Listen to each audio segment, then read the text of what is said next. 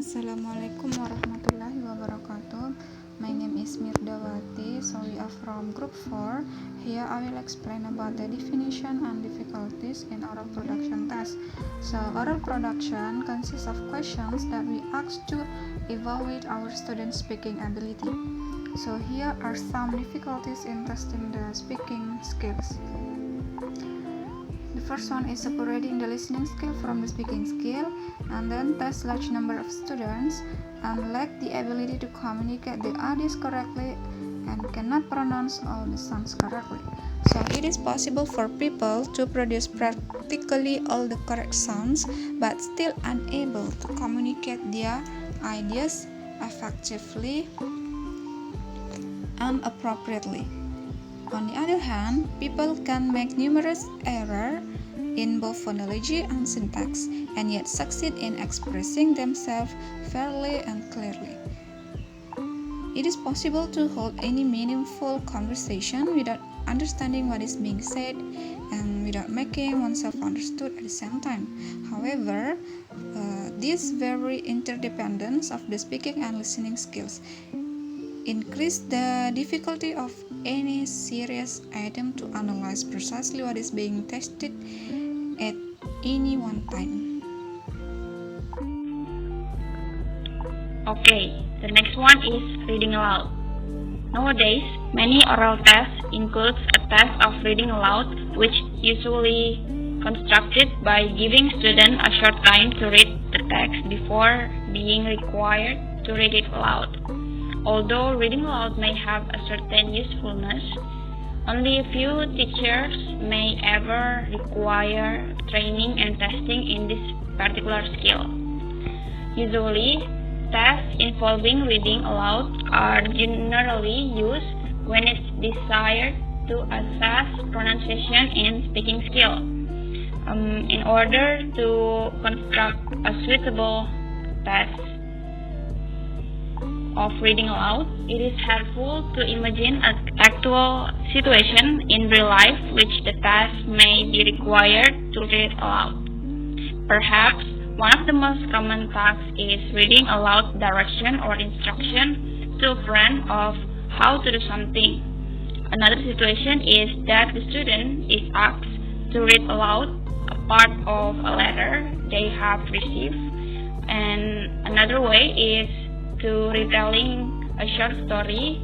It is where the student is required to retell a story they have just read.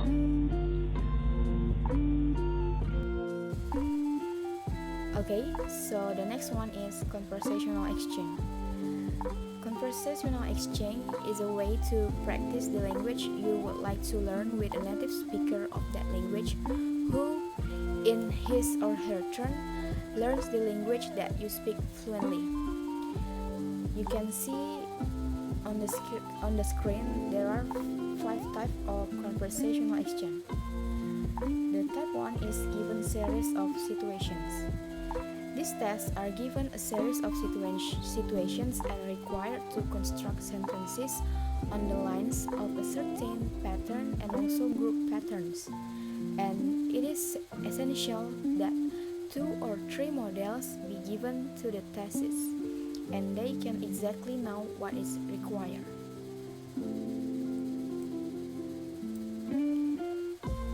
And the type 2 is similar as the previous but not controlled strictly.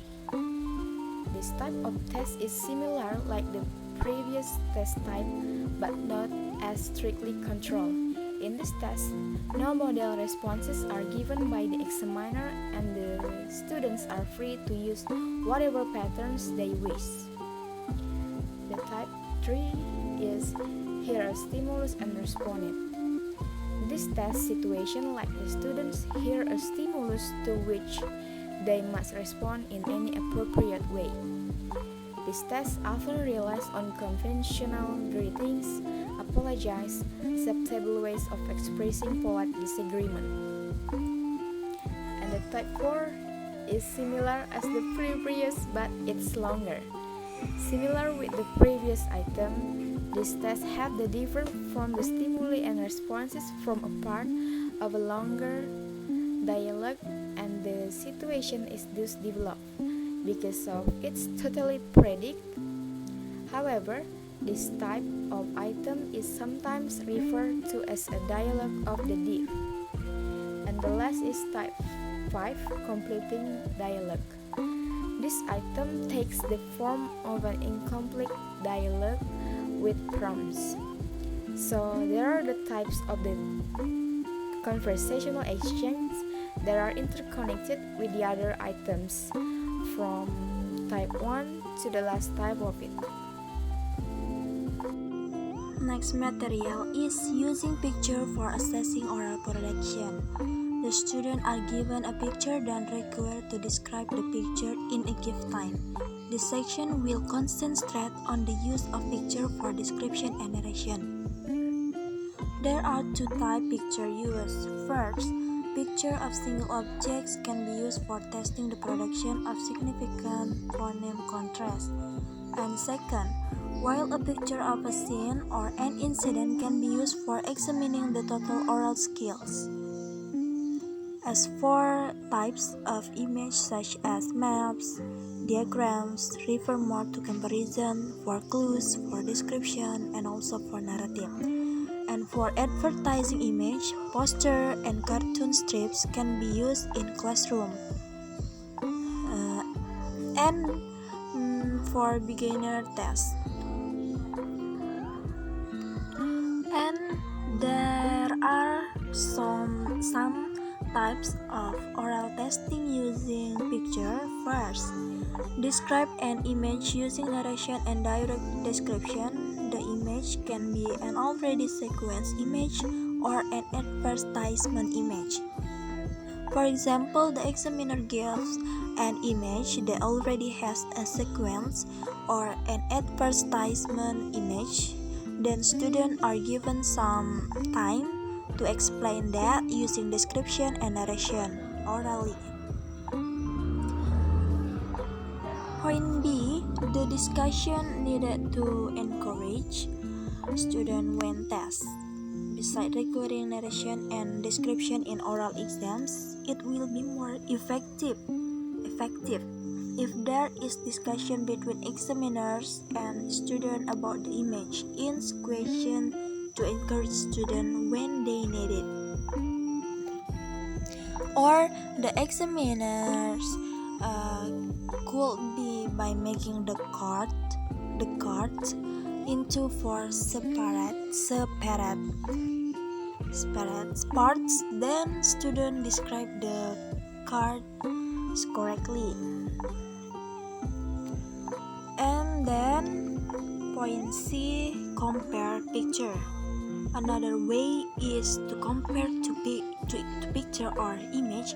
The image can be marked as picture or cards A and B and etc. For example, students in pairs describe the picture. They can discuss in what ways the image are different and in what ways they are identical. And the last point, short image. Describe image according to the sequence of image correctly. Actually, this method is very easy for students to be given this test individually or in groups. Then give they some time before describing the image correctly. I think that's all about material of using picture for assessing oral production. Next is the oral interview. Okay, there is four aspects of the oral interview. The first one is some difficulties in testing the speaking skill.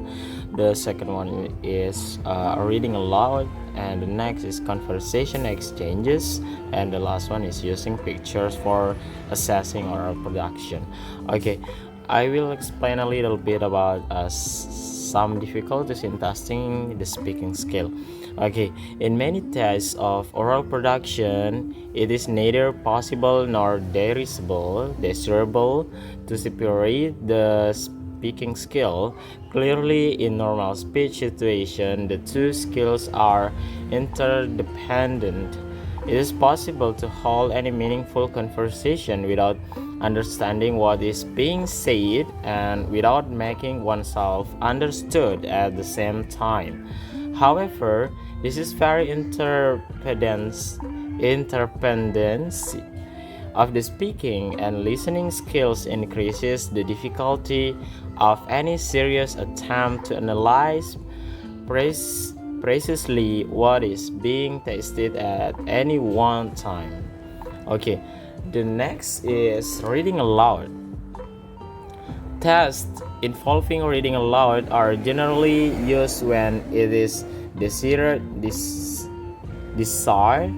to assess pronunciation as distinct from the total speaking skill. In order to construct suitable tests of reading aloud, it is helpful to imagine actual situation in real life in which the testers may be required to read aloud. And the next is conversation exchanges. Okay, the item types range from items presenting the text with situation in which they initiate conversation to incomplete conversation with the part of one speaker omits tests containing such item types are on the whole reliable, but they cannot be described as being valid tests of speaking. In an opportunity is provided in other part of the test for real oral interaction. However, this control test item can be of some use in directing the attention of the student to specific language areas and skill. And the last one